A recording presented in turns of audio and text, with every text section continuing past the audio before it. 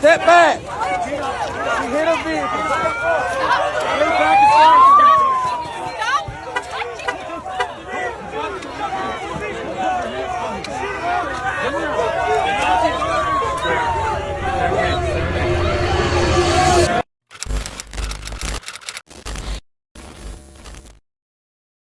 Should we be worried when someone is killed on camera and half the country calls it justified while the other half sees something completely different? Welcome back to Should We Be Worried, your source for questioning what's really going on behind the scenes and trying to make sense of it all. Thanks for tuning in today, and in today's episode we're going to talk about one of the major tragedies that happened in America last week, the tragic killing of Renee Good. We're going to check out a few clips of what happened and look at different perspectives and then look at the national outcry of the American public, allegedly. I definitely want to hear from you in the comments, but before we get started, if you haven't done so already, go ahead and hit the like button, hit the subscribe button, and hit that notification bell so you get notified every time we upload some new content. Sending love out there to all the subscribers, no matter what side you're on, regardless of your skin color and where you're from. And last but not least, happy birthday to anyone watching born in the month of January. We're celebrating you being on this side of the earth for another year. Capricorn gang, this month's videos are dedicated to you. Now let's slow this down for a moment. A lot of people are feeling overwhelmed and uneasy right now. It feels like every week there's another tragedy, another headline, another reason people are being pushed into anger or division.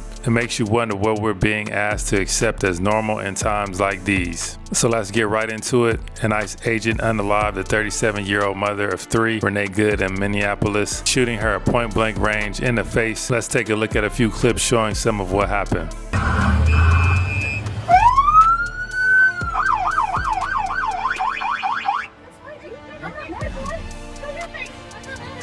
Change our plates every morning, just so you know. It'll be the same plate when you come talk to us later. That's fine. U.S. citizen, forward. You want to come at us? I say go get yourself some lunch, big boy. Okay. Out the car. Get out of the fucking car. Get out the car. Whoa! They just shot at somebody. This car crashed. You're criminal. You're criminal. This new video shared with CNN shows the moments before Renee Good is fatally shot in Minneapolis. Here, Good's SUV is partially blocking traffic on the street, as drivers are honking and residents are blowing whistles. Several vehicles on the street appear to belong to federal agents. Lynette Riney Grandel, a resident who shot this video and started filming approximately 2 minutes before the shooting, lives nearby and told CNN she was trying to figure out why there were so many ICE vehicles on the street. About a minute before the shooting, agents can be seen getting out of some vehicles and walking toward Good's SUV. Moments later, gunshots are heard. Less than a minute after the shooting, the video captures ICE agent Jonathan Ross walking by. Now, to be fair, all of this is from initial reporting. I made a video on this earlier, and I ended up having to take it down because, you know, you just never know what's happening. Well, you never know what's really happened. Let's take a look at a few people online breaking this down from their perspectives, and also hear a few perspectives from law enforcement and some of the national leaders. She stops right here. First car goes, and you can see her waving them away in the first video. Then this pickup truck that is an unmarked pickup truck with lights on also comes through, and she's still waving them away, but it stops. Instead of passing her and then letting her merge into the lane and leave, the pickup truck stops. They get out of the truck. Two ICE agents get out of the truck and instantly start yelling at her. One is they've already very clearly given her the order to leave the area, but this one bitch runs in and tries to get her out of the car. Backs up, and then while she's turning around, the first shot is fired. And then the second and third shot is fired, ending up killing Renee Good. And for the record, he still has his phone. That's footage. That is footage. That will be evidence. He had his phone in his hands. And these guys want to tell you, these guys want you to believe that this kid who was running around with his phone in his hand, filming everything, was actually in fear of his life. These kids want to tell you that the first that was fired when the car had actually passed them, was a totally justifiable The second was behind Renee Good. The third one as well, when the car had long passed this person. And these guys want to tell you, these guys want to have you believe that what you saw with your own two eyes is actually a lie. Okay, I'm gonna do one more breakdown frame by frame of the video because I'm already getting questions from people being like, well, doesn't it look like she was fleeing? It's super important that you know that fleeing is not a reason to be shot and killed. And that's not just my opinion, right? That's the law. Feels like everyone should know that. You can see the ICE cars start accelerating around her. They've already told her that she needs to move, so she had moved her car to turn around. You can hear her clearly saying, "Just go around." Her arm is outside of the window very casually. The agent walks up and starts telling her to get the fuck out of the car. He grabs the handle of her door and starts trying to rip the door open. She's a U.S. citizen. He's not a cop. She's not under arrest. He's just a violent man in a mask trying to get her car door open. Another agent has positioned himself in front of the car. She backs up to avoid hitting him, which is really weird because ICE said something about how she weaponized her car and was trying to kill them all. Huh. Usually I wouldn't back up my car if I was trying to kill everyone. Just go forward. You can see he's on the side of her car when he shoots 3 times into the window of her car, striking her. So when someone says she was fleeing, she was resisting, first of all, not reasons to be shot or killed. Ask them what she was fleeing from. What was she resisting? Then ask them if either of those things are reasons to be murdered. And I want to make sure that we keep reiterating what the feds are telling us. Today, ICE officers in Minneapolis were conducting targeted operations when rioters began blocking ICE officers, and one of these violent rioters weaponized her vehicle, attempting to run over our law enforcement officers in an attempt to kill them, an act of domestic terrorism. This is exactly why they're trying to convince you that filming ICE agents is illegal, which federal courts disagree with, because it goes against your First Amendment rights. This is why we need to film them. Let me make this clear.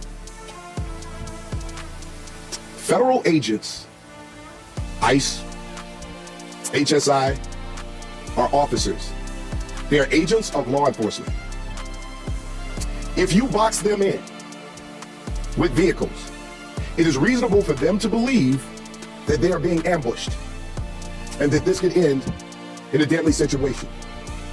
And it's reasonable for them to use force based on those conditions. Do not box in any law enforcement officer. You are breaking the law when you do that. And you are putting yourself in danger. Following law enforcement agents around. The question is why? What do you plan on doing? It's also reasonable for them to believe that you're eventually going to do harm to them. If you ram any vehicle, especially that one that contains law enforcement agents, and that's any law enforcement, local, state, federal, county, and you do this intentionally, this is considered deadly force. Deadly force is anything that can cause great bodily harm or death. When you plow into a vehicle that contains law enforcement agents, you're using deadly force. And they can use deadly force in response to stop you. We need to be clear about these laws.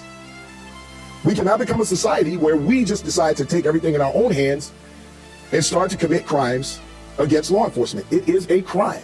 You may not like what they're doing. I can understand that there's a lot of emotions out there, but that does not mean that you get to commit a crime, especially one that could lead to deadly force. We need to keep everyone safe.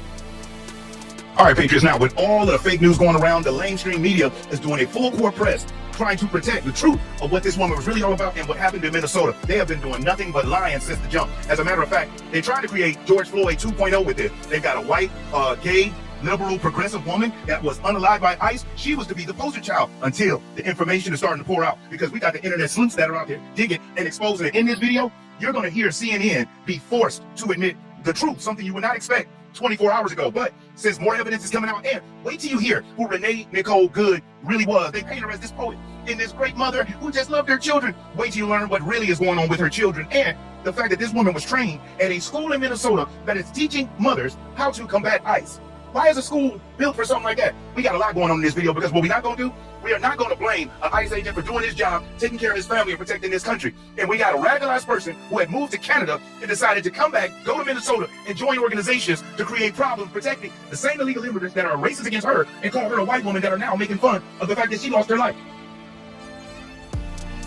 This is the glove compartment of Renee Good. 37-year-old mom, 3 kids. She wasn't a terrorist. She wasn't a criminal. She was a mom. There's no weapon in that glove compartment. There's no knife, no gun, no explosive. Stuffed animals. Any one of us with young kids knows what that glove compartment looks like. It's a distraction device. It's a bribery tool. It's a way to keep your kids calm when they're acting out in the car.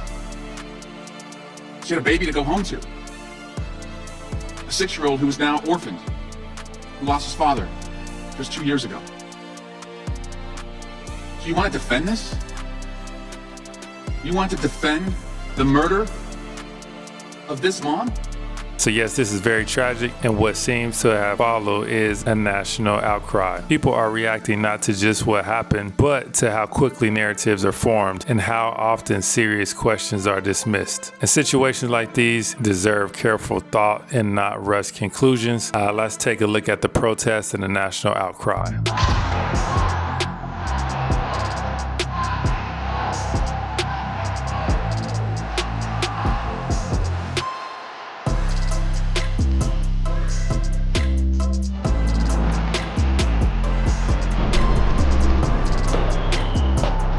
What I saw with my own eyes was a woman who felt, scared. I think she thought her life was in danger. What I saw with my own eyes, she was waving, trying to wave I spy, and said, it's okay, I'm not mad at you. I saw from all angles she was turning away. The car wheels were turning. He was in no danger. She's veering to the side.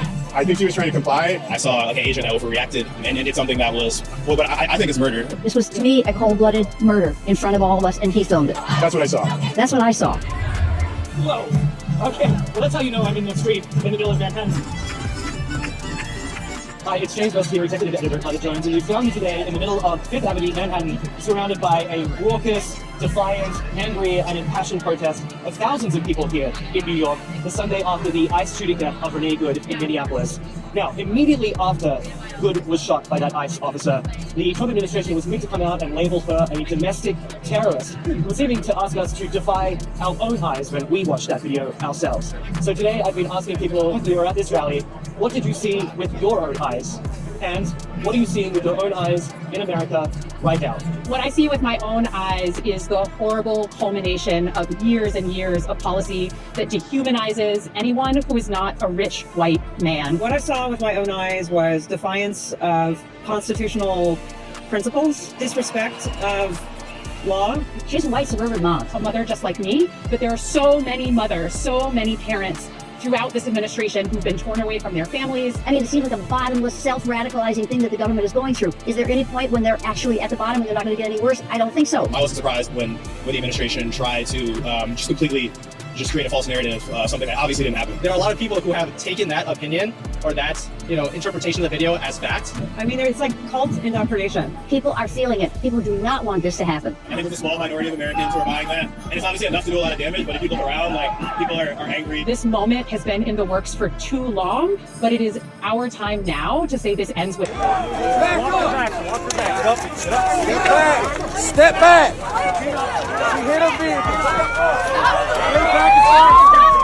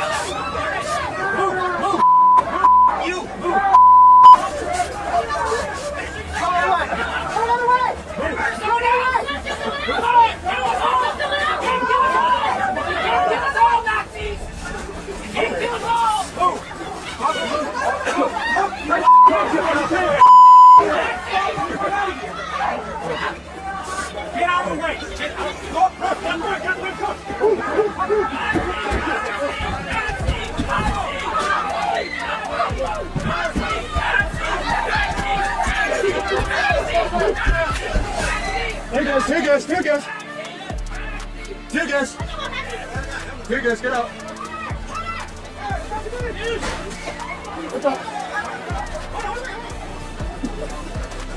how do you feel about the fact that a U.S. citizen was murdered by ICE? The way I feel is, I watched the video on multiple different angles. That is not a feeling. How do you feel? Feel it here, in your heart. And like I was saying, Your immigrant mother. Right. Feel it in your heart. I do.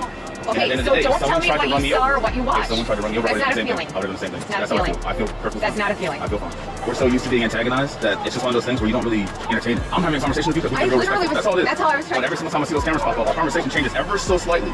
So, our conversations, a little bit, they get a little bit more.